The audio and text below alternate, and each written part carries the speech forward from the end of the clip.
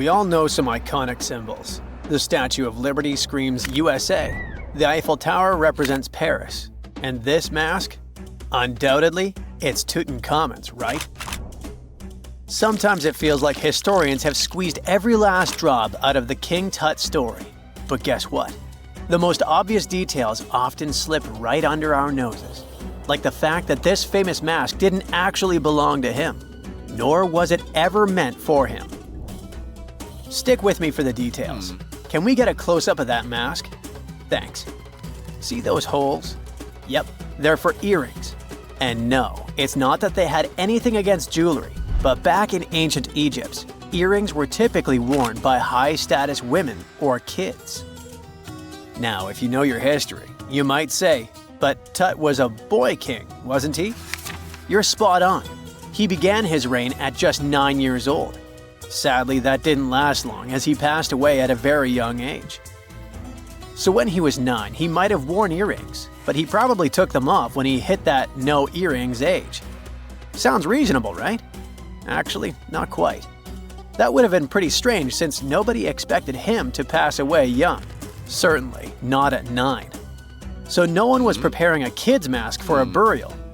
It's this untimely demise that suggests that the mask used was simply the best option available when Tut passed away. There are more clues pointing to the idea that the mask was found in a hurry. Let's think about this. Even though Tut was mummified and his body could wait a bit, his loved ones wanted him to reach the afterlife ASAP. Some experts even believe the paint in the tomb was still wet when it was sealed. But look at his mask. It's a masterpiece. There's no way it was made in a rush. It's way more elaborate than other simpler cartonnage pieces. The renowned mask of King Tut stands 21 inches tall, adorned with precious stones, and features a golden beard that weighs 5.5 pounds, making the entire mask 22.5 pounds. Okay, I'm a bit confused here. So it seems like it was probably a kid's mask, but it had a beard? I've never seen a 9-year-old with a goatee, and I'm guessing you haven't either. Just think about it. A grown man's face compared to a kid's face. Fun fact for you, our faces pretty much stopped growing at the age of 16, so by 19, Tut would have definitely had the face of an adult man. Can you imagine trying to fit a relatively small kid's mask on a grown man? That would have been super embarrassing, and no one would have let that happen. Right, let's dismiss the kids' theory. Now, the second option, if you remember, is that the mask could have originally belonged to a woman. This is where the beard theory comes into play. Some researchers believe the beard might have been added later on. Here's another twist. What if the mask was actually made for Nefertiti herself, who ended up maskless? In this case, there are two discoveries. Two birds with one stone. For now, it sounds like a conspiracy theory, I know. But let's give it a shot and delve deeper into the details. So, Tut passed away in around 1323 BCE, probably due to malaria. He had other health issues too, like when he broke his leg, and records suggest he wasn't in the best shape. As for Nefertiti, we have no solid data about her demise. Plus, nobody knows exactly when or where she was buried.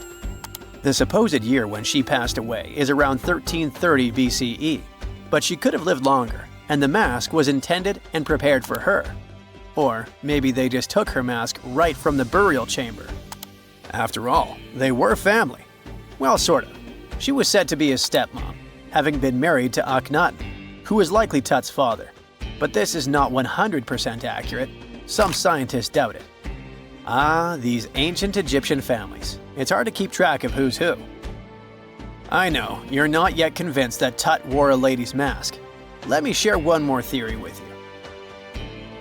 Meet Howard Carter, the enthusiastic archaeologist who discovered Tutankhamun's tomb.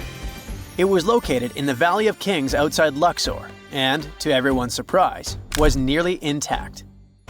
When he entered, he noticed something odd. This didn't feel like a pharaoh's burial chamber. It was classy and all, but it had a vibe that suggested it was made for a woman. Typically, Egyptian pharaohs had larger tombs that suited them better, and even more strangely, it was oriented to the right of the entrance.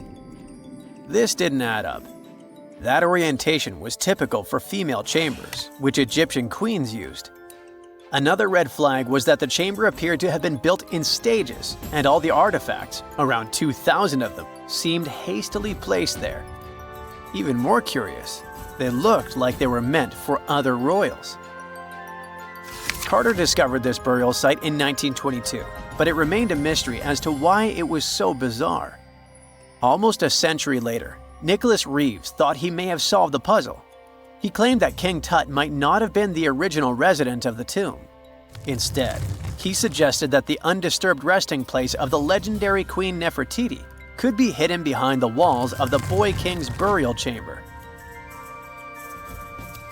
Nicholas studied high-resolution photos for months, meticulously examining every pixel. One day, he focused on detailed scans that revealed the texture of the tomb's walls beneath layers of paint. He spotted what he believed to be outlines of two doorways that had been blocked and plastered over to hide them from view. The more he looked, the more it seemed real. Could it be a tomb within a tomb? Nicholas theorized there was a hidden storeroom behind the western wall of King Tut's tomb, and his chamber might just be the outermost section of a larger corridor-style network of rooms. It all sounds fancy, but sorry to break it to you, Reeves' theory was debunked. To find out if he was onto something, experts had to use ground-penetrating radar to see the unseen. Reeves' idea was that if there were gaps, it could indicate the presence of additional rooms. And at first, in 2015, one expert even thought he had found a hidden room. But the glory didn't last for long. A year later, after double-checking, it turned out there were no hidden doorways. By the way, Nefertiti isn't the only legendary woman from Egypt whose burial site remains a captivating mystery. There's a cool legend about Cleopatra that you might enjoy. It's said that she once declared, "No man will ever find my tomb." Kind of fitting, right? After all, the person who's come closest to uncovering her final resting place is a woman. Fast forward a few millennia after she passed away, and while no man has located it, archaeologist Kathleen Martinez believes she might have cracked the code. She's been on the quest for Cleopatra VII's tomb for nearly 20 years, and recently discovered a bust that she thinks represents the famous queen. However, not everyone is on board with her claim. Some experts argue that the bust doesn't resemble Cleopatra at all. Alongside this intriguing marble statue, Martinez's team also unearthed 337 coins, some of which, less controversially, feature Cleopatra's likeness. But the real part is that it's still not officially confirmed. There's no doubt about the existence of the small bust. It's carved from white marble, fits in one hand, and shows a woman wearing a royal crown, according to a translated statement from the Egyptian Ministry of Tourism and Antiquities. The big question, though, is who it actually depicts. While Martinez insists this statue is a representation of Queen Cleopatra VII, many other archaeologists argue that the facial features don't match, suggesting it likely belongs to a princess instead. Sorry, I can't resist the temptation of breaking the magic for a moment. Some folks believe that the whole idea of "no man will find my tomb" is misunderstood. Even if she did say it, what she probably meant was "no living soul," and it wasn't about gender at all. It can as well be just a beautiful legend. Toodaloo! For more than 3,000 years, the gold mask of Pharaoh Tutankhamun stayed hidden in the Valley of the Kings. This artifact, which stands about 21 inches tall, shows how skilled and artistic the ancient Egyptians were. But nobody expected that X-rays would reveal its biggest secret. King Tut was the last ruler of his family during the 18th Dynasty. He took the throne at just 9 years old, but ruled for only 10 years before he passed away unexpectedly. If we're being honest, back in ancient Egypt, he was mostly forgotten by the rulers who came after him. His tomb wasn't a big deal for them, so much so that even the grave robbers forgot about him. It might sound a bit sad, but the truth is that it was actually great news for us. Since his tomb was practically forgotten, it ended up being perfectly preserved. While the other tombs in the Valley of the Kings were looted, his remained sealed and untouched. So when it was discovered back in 1922, it had over 5,000 precious objects inside. That made Tutankhamun basically an instant celebrity and one of the best-known pharaohs nowadays. Among the treasures was the most stunning piece, his golden mask. This mask is said to be an exact image of the king's face, or at least it was supposed to be, but we'll get to that later. The purpose of this accurate representation of his face was to make sure that his soul would recognize him in the afterlife and return to his mummified body. In ancient Egyptian beliefs, this would allow him to continue living in the afterlife. The details of the mask clearly looked incredibly difficult to create, but people didn't realize how complex it truly was until many years later. The first X-rays of the mask were taken in 1967. Back then, the main reason for these scans was practical – conservation.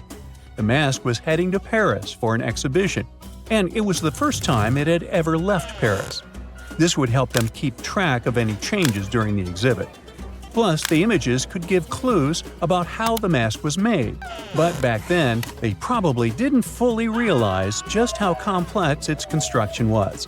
I mean, Egyptian goldsmiths didn't use modern soldering techniques. So, how did they make this mask? New X-rays taken in 2007 gave us some answers. It turned out the Egyptians didn't use pure gold, which is 24 carats. The mask was actually made of 23-karat gold, meaning it was mixed with another material. So specialists discovered that the gold sheets contained a small amount of copper, a reddish-brown metal. This was likely done to make the material more flexible and easier to shape. They would then shape the gold sheets by heating and hammering them over and over again. But there was one more secret inside the mask that wasn't discovered until 2015. The year before, the staff at Cairo's Egyptian Museum were working on the mask display when the long beard of the mask accidentally got knocked off. Another theory is that the beard had become loose over time and just fell off. Either way, the fact that King Tut's beard came off caused a lot of stress. After all, we're talking about one of Cairo's biggest tourist attractions, so the experts had to fix the problem quickly. The restoration process started with a detailed recording of the mask's condition. To do this, they had to take a full three-dimensional scan of the artifact. And, by accident, they found something very interesting in the mask. Inside the royal beard, there is a gold tube, an intriguing structure that the Egyptians likely used to attach the beard to the rest of the mask. And that proved, once again, that the process of making this mask was even more complex than experts thought. But the mysteries don't stop there. Remember how we mentioned that the mask was thought to perfectly represent King Tutankhamun's face? Well, that might not be entirely true. Some popular theories suggest the mask was never meant for him and was actually made for someone else. A study published in 2015 suggested the mask was originally made for a female pharaoh, his supposed stepmother, the famous and beautiful Egyptian queen Nefertiti.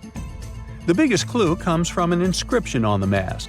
At first glance, it seemed to belong to Tutankhamun. But after a close examination, researchers noted that something else was actually written underneath King Tut's name.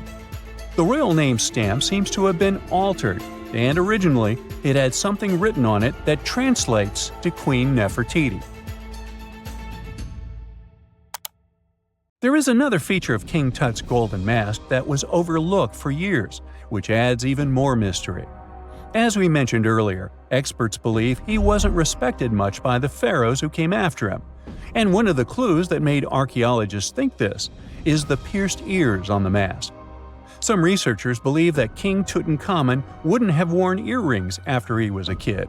So, according to their theory, by the time he passed away at 18, he shouldn't have been represented with pierced ears. This could also support the idea that the mask originally belonged to Nefertiti, or maybe to someone who wasn't even connected to King Tut. But the mask isn't the only source of mystery. In fact, his whole tomb is full of puzzles. Recently, historians found a sign that the place where King Tut was supposed to be buried was changed at the last minute. For years, experts wonder why a pharaoh who ruled for 9 years ended up in such a simple tomb. When compared to the grandeur of other pharaohs' tombs, his tomb seemed, well, a bit plain. The idea that a king like Tutankhamun would have such an unremarkable resting place just doesn't match up with the power and importance he must have had in ancient Egypt. So, what happened? Well, apparently, this might have something to do with his successor, Pharaoh I. After King Tutankhamun passed away, researchers believe that I made sure to erase him from Egypt's history. So, one theory suggests that he was probably behind the quick decision to place King Tut's body in a smaller, less impressive tomb. When experts looked at I's own tomb, they found something interesting. There is a large wall covered in painted baboons. This is the same type of artwork found in Tutankhamun's tomb. It seems like the same person might have chosen the artwork for both tombs. Now, the design and decoration of the two tombs are almost identical, suggesting there was a shared hand behind both. But there is one key difference. I's tomb is fit for a king. It's much bigger and more impressive, even though the style and artwork are similar to what you see in Tutankhamun's tomb. So the theory suggests that I decided what went into both tombs. Since Tut passed away unexpectedly at a young age, his grand tomb wasn't finished in time. Normally, pharaohs start building their tombs while they're still alive to make sure everything is perfect. But Tut passed away when he was just 18, so there wasn't enough time. I may have taken advantage of the situation, ordering a smaller tomb for Tut and keeping a larger one for himself. Experts believe this theory explains why Tutankhamun's tomb is so simple and how I managed to wipe his memory from history so easily. But in the end, the story of King Tut's mask and tomb is full of mystery and intrigue. Each new discovery sheds more light on what really happened all those years ago. But one thing is for sure, the secrets of ancient Egypt still have much to reveal, and King Tutankhamun will continue to fascinate people for years to come. So looky here, scientists discovered ancient artifacts near King Tut's tomb. Turns out, his VIP final resting place looks more like a public graveyard with about a dozen wooden coffins that's been there for around 3,600 years. Okay, I might have exaggerated a tad. The 11 tombs weren't exactly right next to King Tut, but they were close, near the same city of Luxor. New findings in Egyptian tombs can help us piece together what life was like in ancient Egypt. And guess what? Ancient Egyptians seem to have been remarkably like us, modern humans. Say, the women have always loved jewelry, and archaeologists retrieved a beautifully made necklace with 30 amethyst beads and 2 agate beads, plus a hippo head amulet. Bet it was all the rage back then. Researchers also discovered 2 copper mirrors. One had a handle shaped like a lotus, and the other was decorated with Hathor, the ancient Egyptian deity of the sky, women, fertility, and love. These recent excavations near Tutankhamun's burial site led to another jaw-dropping revelation. For the first time in thousands of years, fragments of Queen Hatshepsut's Valley Temple were uncovered. This fearless woman was thought to be the second female pharaoh, who ruled with both courage and wisdom, leaving a legacy as solid as the stones themselves. Her temple, hidden for ages, opens a window into a time filled with power, intrigue, and spiritual devotion.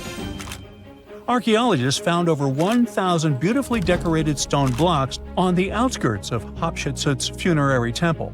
There were very few women who managed to take the throne in ancient Egypt. Another tomb was found nearby, and it belonged to the overseer of Queen Teti Sheri's palace, whose name was Jehuti-Mez. Queen Hatshepsut seems to have even more tombs, aces up her sleeve. These tombs were carved into the rock instead of being built as pyramids, showing a unique ancient perspective on how to protect the soul in the afterlife. Experts managed to retrieve some cool ancient pieces from the site.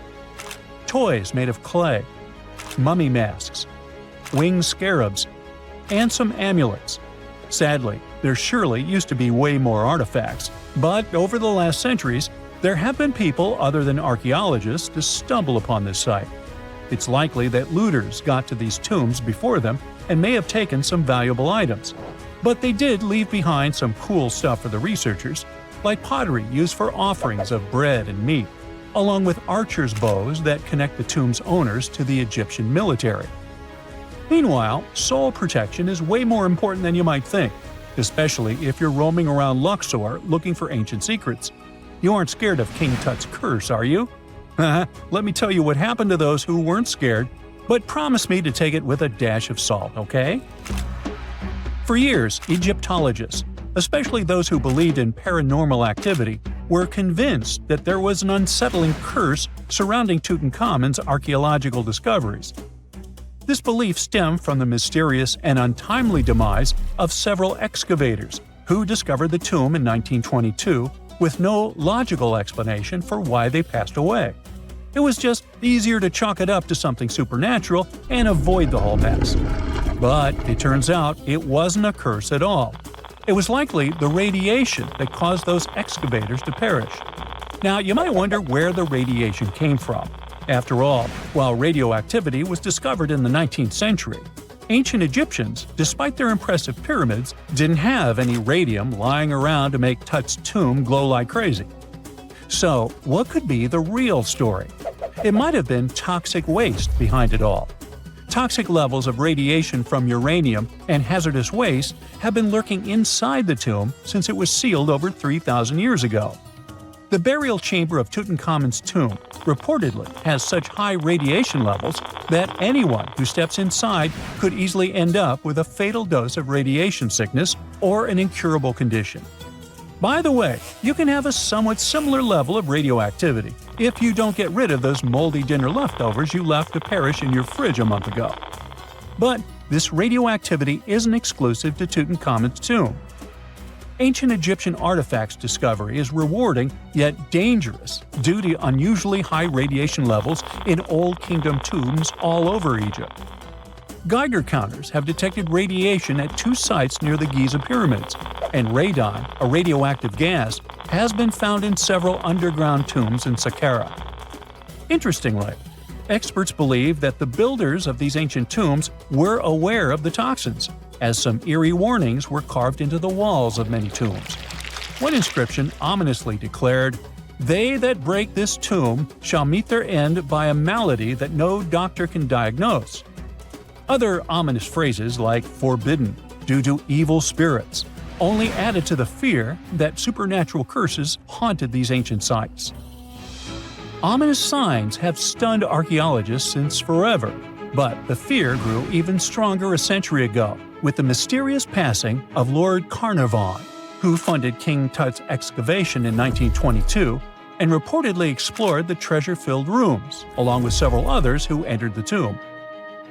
Arthur Weigall, another British Egyptologist who was present at the tomb's opening and is credited with starting the curse myth, passed away young when he was just in his 50s in 1934.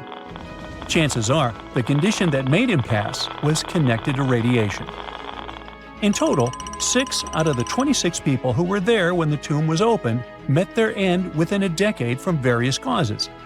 Not only X-ray exposure, those reasons include asphyxia, stroke, heart failure, pneumonia, and even poisoning. Well, isn't this getting a little grim?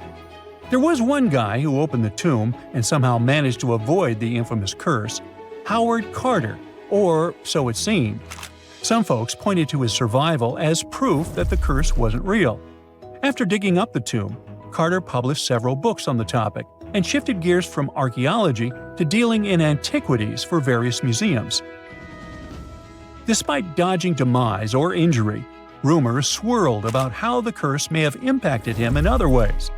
One of the big stories linked him to Lord Carnarvon's daughter, Evelyn. Some said he was madly in love with her, but she married someone else, so he chose to stay single. Others claimed they had an affair while she was in Egypt, which ended when her father passed away and she left the country for good.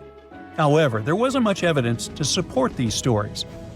Evelyn was just 6 when they met, and they remained friends until his last breath. She was even one of the few attendees at his funeral, but denied any romantic involvement, saying they weren't that close. A year after the revolutionary discovery near King Tut's tomb, Evelyn married politician Sir Brograve Beauchamp and had a daughter. That same year, Beauchamp toured the tomb with his parents, guided by Carter himself. Carter never married and, aside from those posthumous rumors about Evelyn, had no other romantic connections. While the curse adds an intriguing twist to his life story, his tendency to keep relationships at arm's length was evident long before the tomb was opened.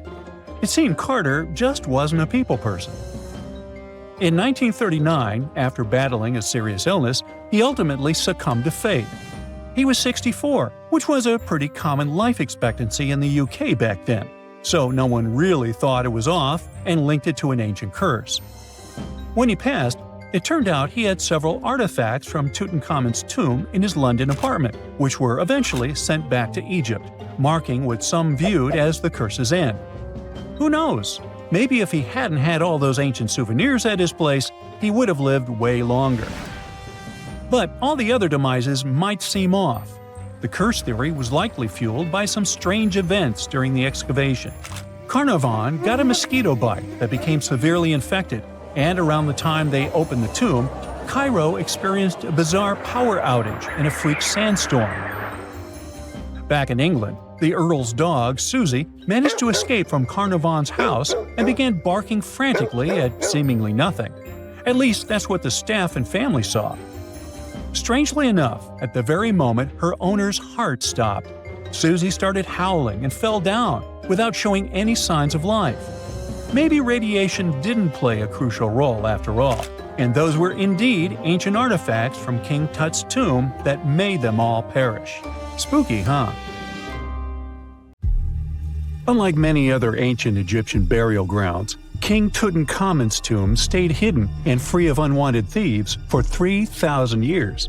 One reason was that the tomb was smaller than average and tucked away in a place called the Valley of the Kings. This area was already being extensively explored by the time they stumbled upon Tut's spot. The entrance was all covered in debris from building a nearby tomb, which must have also helped keep it a secret. There were also zero writings or signs on the outside of the tomb. Time passing also played a part in keeping it in amazing shape until the 1920s, when a man named Howard Carter finally made it in. But was Carter that big of a hero? Some recent findings say he might have been sneakier than initially thought.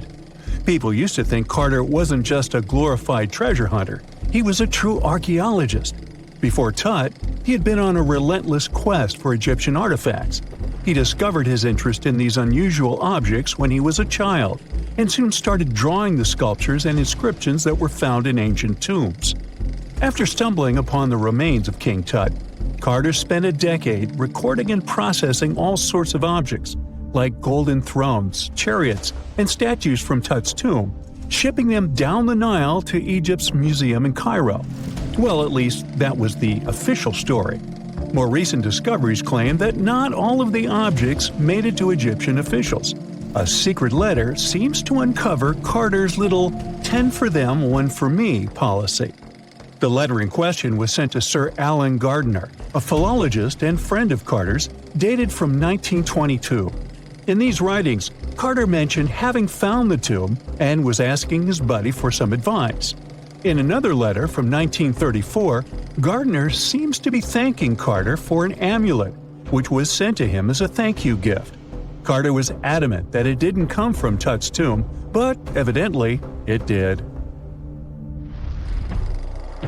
Even the British director of the Egyptian Museum was onto Carter's sneaky endeavors, but couldn't prove it.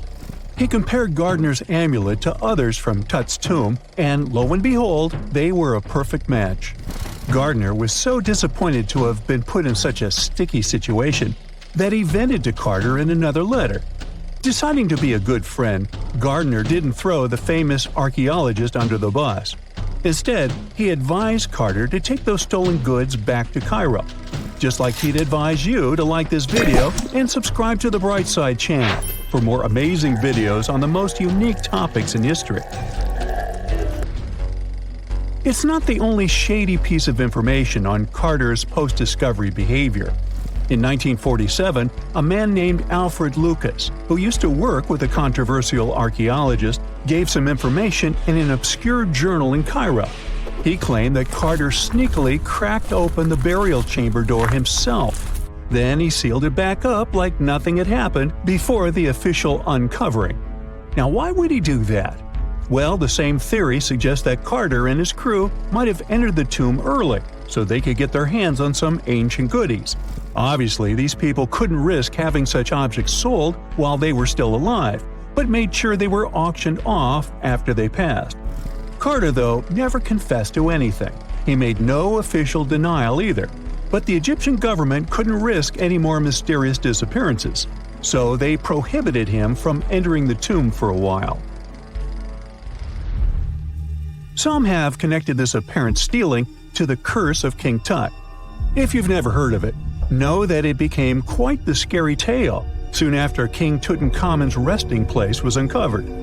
It claimed that anyone messing with the tomb of the boy pharaoh would face some serious bad luck. It's not all dramatic like a mummy going on an aggressive spree, but word got out that the people involved in disturbing King Tut's lair met some mysterious, untimely ends. The main untimely passing related to this supposed curse is that of George Herbert, the 5th Earl of Carnarvon. He was this British aristocrat who helped fund the search for the tomb. He passed away just a year after the tomb was opened. Now, people love to call it mysterious, but it turns out that Herbert was already in pretty bad shape health-wise when he got to Cairo, and he ended up getting taken down by a regular disease. Now, let's talk numbers. There were a lot of people linked to this tomb opening: security guards, archaeologists, and supporting staff. And sure, a few of them did pass not long after the tomb started receiving visitors. As much as we'd like this curse to be true for the sake of, good storytelling, statistically, if you have a bunch of people connected to opening a tomb, you'd expect some passings just by random chance. The average lifespan for those supposedly targeted by the ancient curse was more than 20 years after the spell was supposed to kick in. Herbert's daughter even lived until the 1980s, that's half a century later. And Howard Carter himself lived until 1935, a solid 16 years after the big reveal. Some have suggested that the whole curse was nothing more than a careful PR strategy. You see, when Tut's tomb was found, Howard Carter wanted to make a priority out of keeping nosy reporters away. So he might have come up with a curse hanging over anyone entering the boy king's resting place. But what was stolen from King Tut's tomb anyway? Well, some jewelry to begin with. It might have been snatched by Howard Carter himself, according to a French specialist. He did some intensive research by looking at old pictures taken from inside the tomb back in the 1920s.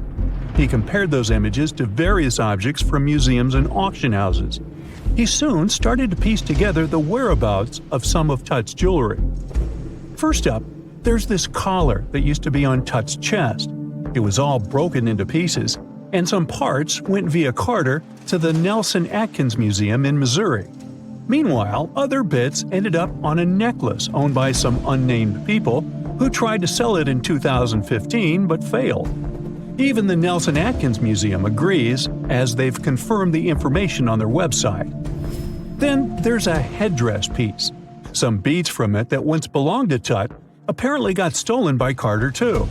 They were also strung into a necklace and are now being held at the St. Louis Art Museum. Another fancy collar made out of glazed ceramic magic spent some time at the Met, far away in New York. Thankfully, it was sent back to Egypt a bit over a decade ago. This seems to have been, as you'd expect by now, also stolen by Carter. Missing artifacts aside, King Tut still gave a ton of amazing objects that helped us learn more about this incredible ancient culture. Starting with the famous burial mask.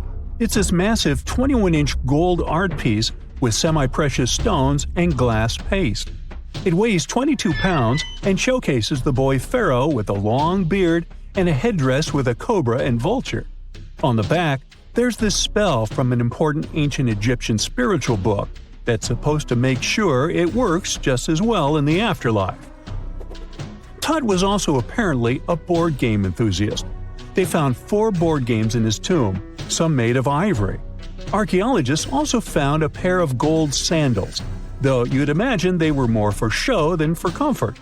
In fact, the pharaoh probably never wore them in his lifetime. Now, speaking of fashion items, it turns out Tut was quite the fancy ruler.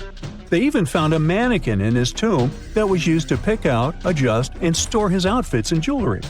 The boy king seemed to have also enjoyed some music, based on the 2 trumpets historians found in his tomb. Though they were played back in 1935 in a BBC broadcast, the instruments are today considered too fragile to be maneuvered. Miles and miles of yellow sand, treeless mountain ridges, and scorching hot sun over your head. And suddenly, something you'd never expect to come across in a barren desert. A small group of overexcited people. They're as happy as you would be if you'd won a lottery. They've just found an ancient tomb, once flooded with its walls in bad shape. But the stuff they discovered inside proves that this is the burial site of one of Egypt's most mysterious pharaohs. Historians have been hunting for his tomb for years, but no one expected it to hide ancient treasures. Fast forward. After careful examination of the site, Egyptian officials have announced the discovery of the tomb of King Thutmose II. It's the last missing tomb from Egypt's 18th dynasty. And this is also the first royal tomb found since King Tutankhamun's was discovered in 1922, in more than 100 years. A team of Egyptian and British archaeologists found the tomb in the Theban Mountains area, west of Luxor, near the famous Valley of the Kings. Before this, the site was only known as Tomb C4, but during their excavation, the team found clear evidence proving it belonged to King Thutmose II. Archaeologists actually found the entrance and main tunnel leading to the tomb in 2022. But at first, they thought it belonged to a queen because it was near the graves of Thutmose III's wives. It was also close to Queen Hatshepsut's tomb. Originally, it was prepared for her when she was just a royal wife. But everything changed when she became pharaoh. But we'll talk about this twist of fate a little later. But soon they realized that their discovery was much more significant. They found alabaster jars with Thutmose II's name and the words "deceased king" written on them. That's when they realized that the tomb was actually his final resting place. Sadly, Thutmose II's tomb has seen better days. According to the head of Egypt's antiquities sector and the leader of the Egyptian excavation team, the tomb suffered major damage from ancient floods not long after the pharaoh's death. Water swept through the burial chamber, likely destroying or displacing many of the original artifacts. Much of what had been once inside the tomb was moved elsewhere in an attempt to salvage it. The researchers found out that the tomb had a basic design, with an entrance, a sloping main corridor, and a burial chamber. The corridor was coated in white plaster and rose about 4.5 feet above the floor of the burial chamber. A large staircase and a very large descending corridor of the tomb indicated its grandeur. It took the team a long time to navigate through, though, as the tomb was blocked by flood debris and collapsed ceilings. Only after crawling through a 32-foot passageway with a small 16-inch gap at the top, the worst nightmare for those of us with claustrophobia, were they able to reach the burial chamber. There, they were in for another surprise. They cleared the debris, expecting to find the crushed remains of a burial beneath. But the tomb turned out to be completely empty, and it was not due to robbery. It had been deliberately emptied. The researchers soon realized that the tomb had been flooded since it had been built underneath a waterfall. It happened just a few years after the king's burial, so the contents of the tomb were moved to another location. That's why there was a second corridor in the tomb. It was most likely made to help remove King Thutmose II's body from his flooded tomb. Despite the damage, the excavation team made some really exciting discoveries. They found traces of mortar decorated with blue inscriptions, yellow stars, and fragments from the Book of Amduat, one of the most significant funerary texts in ancient Egypt. The book was meant to guide the deceased through the underworld, ensuring a safe journey to the afterlife. Now, how about we sneak a peek at ancient Egypt's 18th dynasty? It was all about conquering lands, expanding the empire, and building jaw-dropping monuments. Some of the biggest names from that era: Thutmose I and Thutmose III, both legendary warrior kings who left their mark in history. Thutmose I was a fierce fighter who led major military campaigns, pushing Egypt's border further south than ever before, all the way to the fourth cataract of the Nile. His victories gave Egypt access to new trade routes, stronger political ties, and more wealth. His conquests were so significant that they were recorded in the tombs of his top officials. Thutmose III, sometimes called Thutmose the Great, took things even further.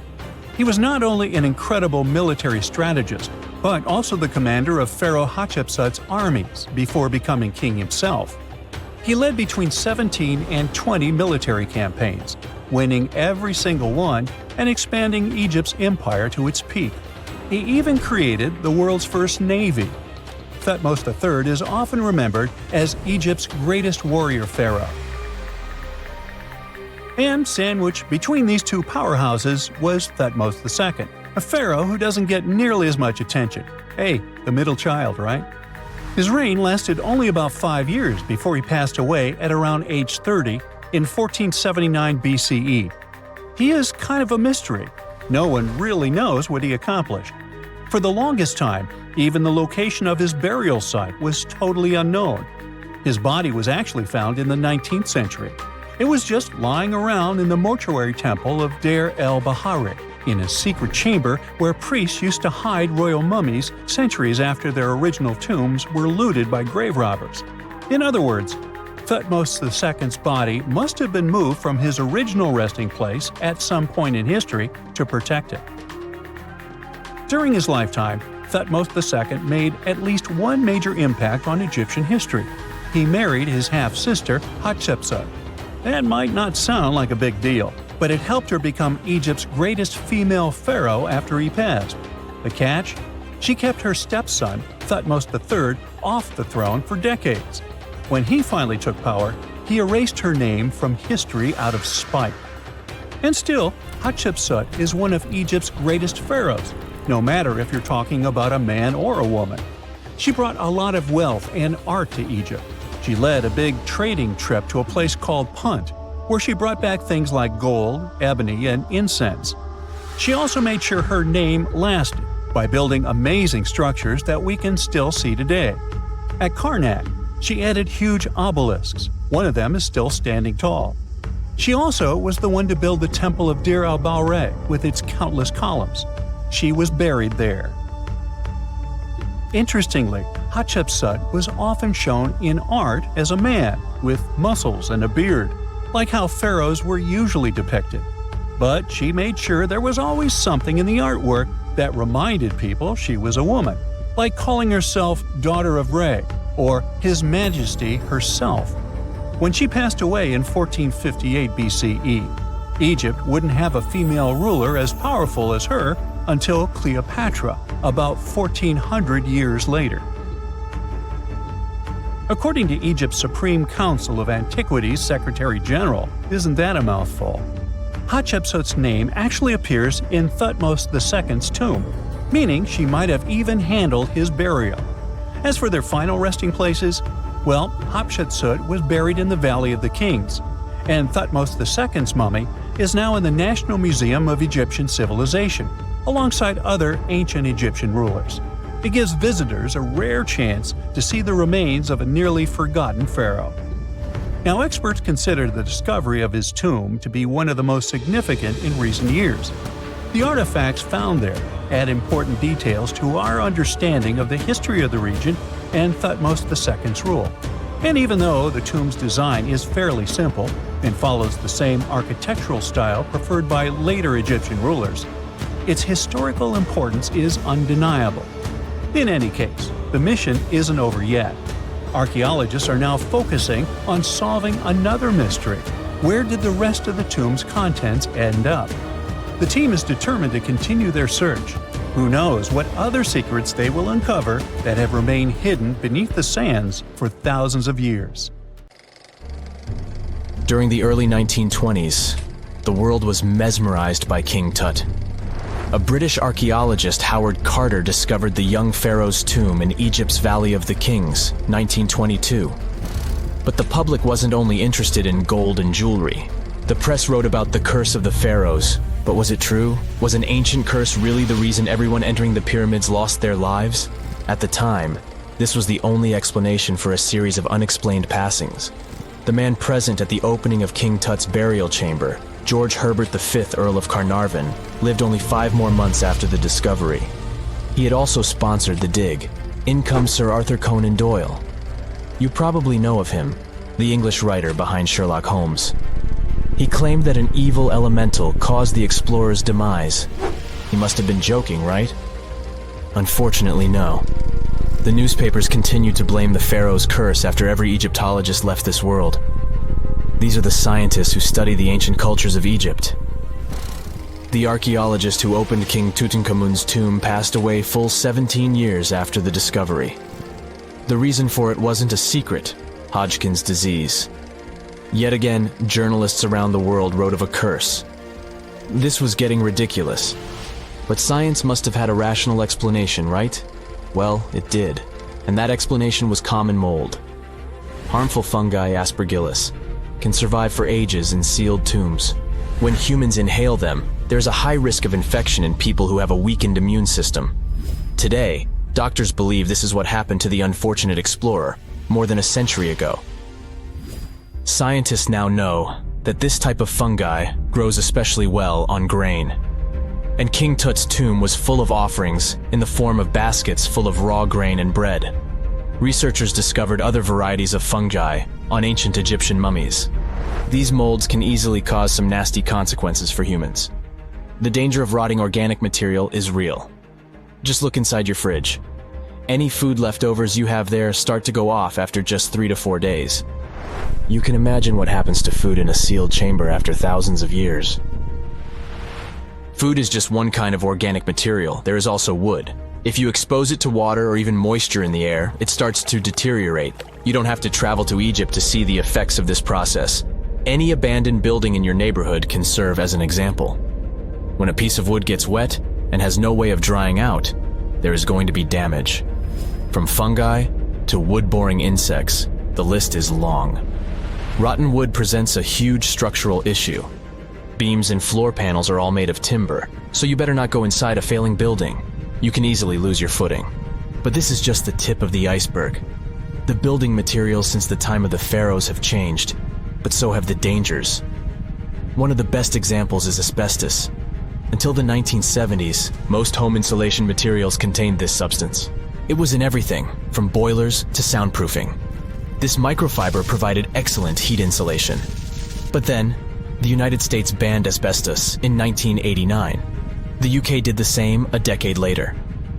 The reason for it is that asbestos becomes a health hazard when it gets damaged. When humans inhale asbestos fibers, they can get seriously sick. Abandoned strictures are full of this material, and there is no one to maintain them. You see the danger now. Another material is also common in old buildings: lead.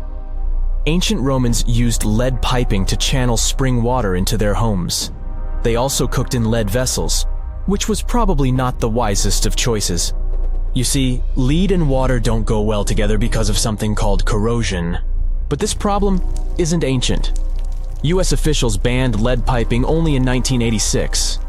That means that 7% of American households still have lead service lines. And this is not the only source of poisoning. Until the mid-1960s, builders used lead paint to coat woodwork. In abandoned buildings, this lead coating snapped a long time ago. Anyone who touches doors and windows will disturb this lead dust and inhale it. The dust particles are at least visible to an unaided eye. This is not the case for carbon monoxide. This gas has no color, so you can't see it. It has no odor, so you can't smell it. No way to detect a carbon monoxide leak at all. And how does this dangerous gas usually escape? Poor maintenance. Well, abandoned buildings have zero maintenance. 1 second, you could be exploring an old factory, and the next you could feel dizzy with and have a terrible headache. These are just some of the symptoms of CO poisoning, the less severe ones. But what is the source? All it takes is for an old boiler to finally give way after years of neglect. We've reached an important question. What is the main factor in air quality inside a room? If you are thinking the level of oxygen, try again. It turns out that oxygen levels drop by only 0.3% in 8 hours inside an airtight room. This is a room in which doors and windows are sealed with tape, so the decrease is even smaller in normal conditions. Oxygen isn't the main problem. The levels of carbon dioxide rise sharply inside a sealed room. This is the direct result of human breathing. We inhale oxygen and exhale CO2. Think of it as a waste gas. Normally it's only a tiny portion of the air we breathe, 0.04%. But in a sealed room, high levels of carbon dioxide will make you feel drowsy. And that's the last thing you need when inside a dilapidated building. Carbon dioxide will decrease your ability to think clearly. Researchers from Harvard did an interesting study in 2016. They had office workers come in 6 days in a row to complete a problem-solving test. During the week, they gradually raised the carbon dioxide levels in the mock-up office. The results of the same test kept getting worse over time.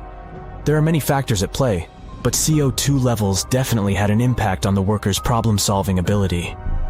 The test took place inside a typical office environment, not inside a crumbling building where visitors must watch their every step.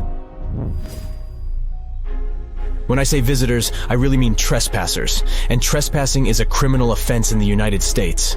This goes both for private and public property. If you defy the law, you can be fined up to $5,000 or even face lockup time. That should make you think twice before jumping over a fence with a no trespassing sign. But again, you might not be the only one inside. You can never know who else is in the building. Perhaps a person up to no good? It doesn't have to be a person at all. Animals can pose a threat as well. You would be startled if you saw a rat, for example.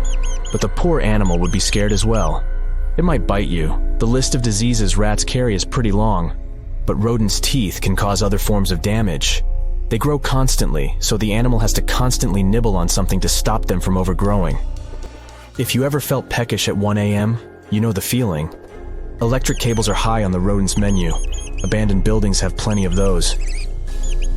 Old wiring is dangerous on its own. Structures erected before 1984 often used wires made out of aluminum. Today, copper is the standard because an aluminum wire is 55 times more likely to catch on fire than a copper one. Flipping a switch in a rundown building can cost you your life. Be on alert for telltale signs that something is wrong. Lights that flicker, sparks from sockets, and the smell of smoke. And yeah, don't count on an earth cable to protect you from electrocution. Ground cables became standard only in the 1960s. Let's face it, most ancient tombs have been looted at least once. No matter how scary the rumors could have been, most mummies were open too. But one. This is the Bashiri mummy, and it puzzles everyone so much that nobody dares to see what's inside. Meet Howard, but you must know him already if you're into Egyptian history. He's primarily famous for discovering King Tut's tomb back in 1922. But few people know that before this revolutionary discovery, he had probably found another mummy. It happened in 1919, and it goes by several names, either the Bashiri mummy or the mummy of Pacheri, or the untouchable one. Some reports say that Howard stumbled upon the Bashiri mummy in Luxor's Valley of the Kings, just where he would later find Tut's tomb. Despite this find, not much is known about this particular mummy. The reason why it's still unharmed in any way is not because of some superstitions, but because nobody is sure that they can undo what they do if something goes wrong. The mummy is so intricately wrapped that researchers never unfurled it for fear of irreversible damage. The golden rule of anyone who works with antiquities: if you're not sure you can't make it better or preserve it unchanged, do not touch it. History knows many examples of ancient relics ruined beyond repair, say Ecce Homo, or smiling statue restoration. The delicate fabric that covers the mummy's face has this cool design that kind of looks like a pyramid. The researchers are not 100% sure, but this might be the only one of its kind with that embalming style. But without knowing the ancient technique, it's next to impossible not to ruin the mummy while unwrapping and wrapping it back. Back in the day, People, both experts and looters, would unwrap mummies for all sorts of reasons, mostly to study them. Luckily, these days, we have advanced tech that lets us check out what's inside a sarcophagus without having to unwrap anything. After taking a closer look at the Bashiri mummy, researchers figured out that it belonged to a man who was around 5.5 feet tall and lived during the Ptolemaic era, which makes this mummy roughly 2,300 years old. The Egypt Museum shared that the X-ray scan also uncovered an inscription of the guy's name, but it's a bit tricky to tell if it says Pacheri or Nenu, adding to the intrigue. The museum also pointed out that the fancy casing the mummy is in features all sorts of decorated scenes. You can see the mummy lying on a bed, flanked by deities Isis and Nephthys, along with the 4 sons of Horus. Plus, there are 2 images of the funerary god Anubis at the feet of the casing. By the way, Bashiri mummy is not the only one that has remained untouched. This is Issa Temkebde, and Gaston Maspero, a French archaeologist, made the decision to leave her mummy untouched, wanting to keep her resting peacefully since she was in such amazing shape. He did mention, though, that her tomb had been raided long ago. Thanks to some X-ray work, we learned more about the mummy. The scans revealed a few artifacts still wrapped up with the wife of a high priest, including amulets around her neck, right arm, and forehead. The X-rays also showed she had some dental issues and arthritis in her knees. While she passed away as an older woman, it's tough to pinpoint her exact age.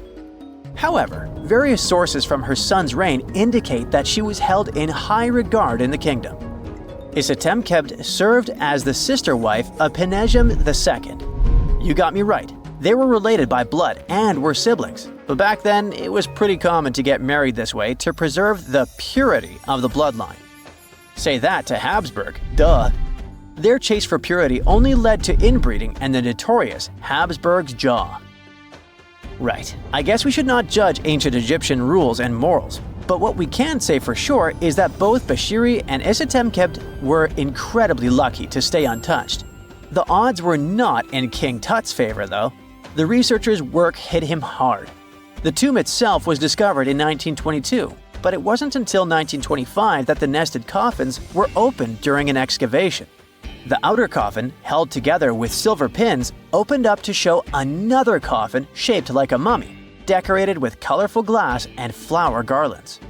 There were worries about the king's mummy because it had been exposed to moisture. The middle coffin was pretty heavy and didn't have any handles, so they had to be super careful taking it out. Inside the innermost coffin, which was solid gold and wrapped in a red cloth, they found the royal mummy, and this all went down on October 28, 1925. Tutankhamun's mummy, measuring about 6.07 feet, fit snugly into the innermost coffin, which was 6.17 feet long. You can already tell there was a problem, right? Imagine how hard it is to extract something as fragile as an ancient dried-up mummy, especially when there's not much room for maneuver. Plus, the mummy looked sus. It was pitch black. Howard Carter, the lead archaeologist of the expedition, estimated that around 2 buckets worth of oils had been poured over the mummy. But care had been taken to avoid the mask and feet. It was made to preserve him better. The body was positioned at a slight angle in the coffin, and there was a noticeable difference in the amount of dark oils on the right and left sides, indicating that the coffin might have tilted while being lowered into the sarcophagus. This oil created moisture inside the coffins, and over time, it reacted chemically, which Carter described as a sort of slow, spontaneous combustion, leading to the carbonization of the linen wrappings. Unfortunately, the combination of heat and moisture took a toll on the mummy's trappings as well. The crook and flail fell apart, the resin scarab cracked, and the threads holding the hands and mummy's bands started to decay, making everything quite fragile. Plus, the oils hardened over the years, effectively gluing the mummy and mask to the coffin's bottom. To try and separate the mummy from the inner and middle coffins, they were placed in the sun for several hours, reaching temperatures of 149 degrees Fahrenheit. Despite this effort, the mummy remained stuck, so the initial examination had to be done right where it was. The first part of Tutankhamun's mummy the researchers checked out was his lower legs and feet, meaning they started the examination from the bottom up. As they peeled back the bandages, they uncovered the first of many treasures wrapped up with the king. They took their time to carefully document and photograph everything they found. The inner layers of bandages were in pretty bad shape, mostly turning to dust, making it tough to figure out how everything was originally wrapped. Still, the overall methods matched what was seen in other nobles' mummies from that time. Lots of folded linen pads were used to shape the torso and thighs. The outer and inner bandages were made from fine linen, while the middle layers were coarser. They had some intricate bandaging around the shoulders and chest with a similar style around the groin. Each limb, along with fingers and toes, which were fitted with gold caps, was wrapped separately. Tutankhamun even wore gold foil sandals on his feet. They hoped to separate the mummy from the coffin by removing the outer bandages, but the resins had stuck the body to the coffin. So, the researchers ended up chiseling it out. To do this, they had to cut the torso in half at the hips and disarticulate the arms to continue unwrapping. Each part was treated with hot paraffin wax for stability, and later the hands and feet were reattached with resin. Finally, they used hot knives to detach the head from the mask.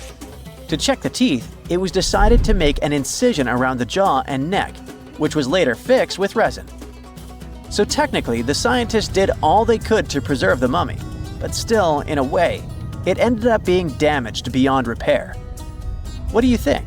Should they have left it in the coffin? Or did they do the right thing? Let us know in the comments. They found the tomb of a royal doctor who lived over 4,000 years ago, a man who held pharaohs' lives in his hands. This man knew secrets that only deities and kings were allowed to hear. And yet, when they opened his tomb in 2024, there was no body, just vivid paintings, untouched by time, and cryptic symbols carved into stone. Who was he, and why was he buried with spells linked to a scorpion deity? The tomb was buried deep beneath the sands of Saqqara. The doctor's name was Tutankhamun. He lived around 4,100 years ago, during one of Egypt's most mysterious turning points, right at the edge of glory and collapse. These were the final days of Egypt's Old Kingdom. The sun still glinted off freshly built pyramids, but the shadows were already creeping in. The pharaoh, Pepi II, had ruled longer than anyone before him, 90 years. But by the end of his reign, the country was cracking. The power was slipping, the regional leaders were rising, and the Nile floods grew unpredictable. In this shaky period, the mysterious doctor thrived. His tomb was discovered by a Swiss-French archaeological team in the shadows of old pyramids. The weirdest part was that when they uncovered his burial chamber, they found no body, no golden treasures either.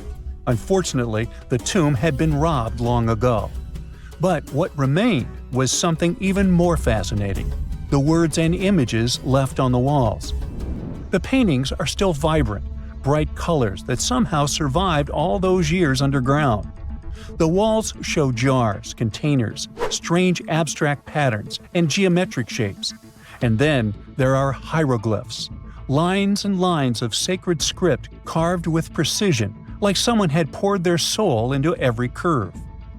These inscriptions revealed who Tutankhamun truly was. Turns out, he wasn't just any doctor. He was the conjurer of Serket. Now, Serket was the female deity of scorpions, sacred and terrifying. Egyptians believed she could stop venom, heal bites, and protect the living from toxic elements. The title, Conjurer of Serket, meant Tutankhamun was a specialist in treating dangerous stings and bites. And if he got an entire tomb for himself, he may have been Egypt's top expert in those things, a man who healed with both medicine and magic. But that wasn't all. He also held the title Director of Medicinal Plants, a title seen only once before in all of ancient Egypt. That means he knew the healing power of herbs, roots, and oils like no one else. Now, you might wonder, what plants in a huge land of sand? But in reality, ancient Egyptians used herbal medicine that would hold up in some labs today. They created pills, ointments, and inhalers. Most often they chose some active ingredient, a flavor to make it easier to take, and something to deliver it into the body. Sound familiar? And yeah, they didn't have many traditional plants, so some of these ingredients were bizarre by our standards, like using crocodile dung and acacia mixed with honey. They even had formulas for anti-wrinkle creams. And apparently, our mysterious healer was also chief dentist. This title is almost never seen in ancient records. Evidence of Egyptian dentists is incredibly rare. Turns out, our ancient genius didn't just fight stings and study plants. He was also trusted with teeth and jaws, which were actually a huge problem in ancient Egypt. These people may have built wonders, but their teeth paid the price. Ancient Egyptians constantly caught grains of sand in their mouths. They often ate grit-filled bread and raw vegetables, which wore down enamel and caused a horrible condition called attrition. This led to tons of problems, including tooth loss. They had to improvise back in the day. For example, crafting the world's oldest known toothpaste from crushed rock, mint, and pepper, which ironically only made things worse for the gums. Or a toothpaste from things like eggshells, pumice, and natron, a salty mineral used for cleaning. They were also inventing mouthwashes from celery, bran, and herbs to ease the problem. Some mummies were even found with crude metal braces and gold wires attaching missing teeth. Though we're not sure if these were for the living, or was it just a nice little addition added as an afterlife gift. So, Teti Nebi Fu specialized in all these fields. 3 rare titles for one man. Now back in the day, he must have been admired as incredibly knowledgeable. In a world without modern science, he would have been like a sorcerer who knows how some leaf or bark could save a life. That's why archaeologists believe Teti Nebi Fu wasn't just any doctor. He was, most likely, the royal physician, the one who treated the pharaoh himself. We don't know for sure which king he served. Maybe it was Pepi II, and who knows, maybe that's why the guy lived so long. But if that was the case, Teti Nebi Fu may have lived through the final moments of the Old Kingdom, watching the Golden Age crumble from inside the palace walls. And then he was buried, the body was looted, or perhaps just lost to time. But the team says they're still studying the tomb, still uncovering the traces of this incredible man. Overall, ancient Egyptians were practicing medicine on a crazy advanced level. Some practices feel familiar even today. They had hospitals, specialists, surgeries, and many more things, even medical schools. Both men and women were allowed to be doctors. They healed with various methods and practiced surgery with actual tools, scalpels, forceps, even sutures. Some doctors treated only the eyes, others the teeth, the stomach, or even what they called the hidden diseases. They knew how to clean and dress wounds, could set broken bones using splints made of wood or reeds wrapped in linen, and even prevented infections. There were even proctologists. They also built the first prosthetics, like a wooden toe with leather straps that help people walk normally again. The oldest known prosthetic is 3,000 years old. Now, the most shocking part is how they actually even tried to remove tumors. A recent study looked at a 4,000 years old skull. It belonged to a man in his 30s. There were signs of past tumors, and around 3 of them, there were marks, surgical cuts made with a metal tool. That suggests someone attempted to remove or study them, maybe treatment, maybe an autopsy. There was another skull of a woman over 50 years old. It also showed similar signs, but with healed fractures from an earlier injury, which is amazing because her treatment might have actually been successful. Being a healer in this society meant something powerful. It meant being a priest, a scientist, and a magician all at once. To ancient Egyptians, medicine was a necessary art, and they treated it with as much reverence as they did their deities. That's because they believed that sickness could be both physical and spiritual. So a doctor could recite a spell while applying a salve, and a lot of their treatments worked. The reputation of doctors in ancient Egypt was so strong that leaders from other parts of the ancient world, like Persia, actually sought them out. Even Homer, the Greek poet, One said the Egyptians were the most skilled healers of all. Of course, their understanding of the human body wasn't perfect. For example, they thought the heart controlled thought and emotion. They also didn't know what the brain really did. But their approach, observe symptoms, diagnose, and treat, well, that's modern medicine. Sure, they prayed over the wound, but they also healed it, didn't they? Their most famous physician was Imhotep. That guy was a true polymath, an architect, priest, and a healer who became so revered he was later worshipped as a deity of medicine.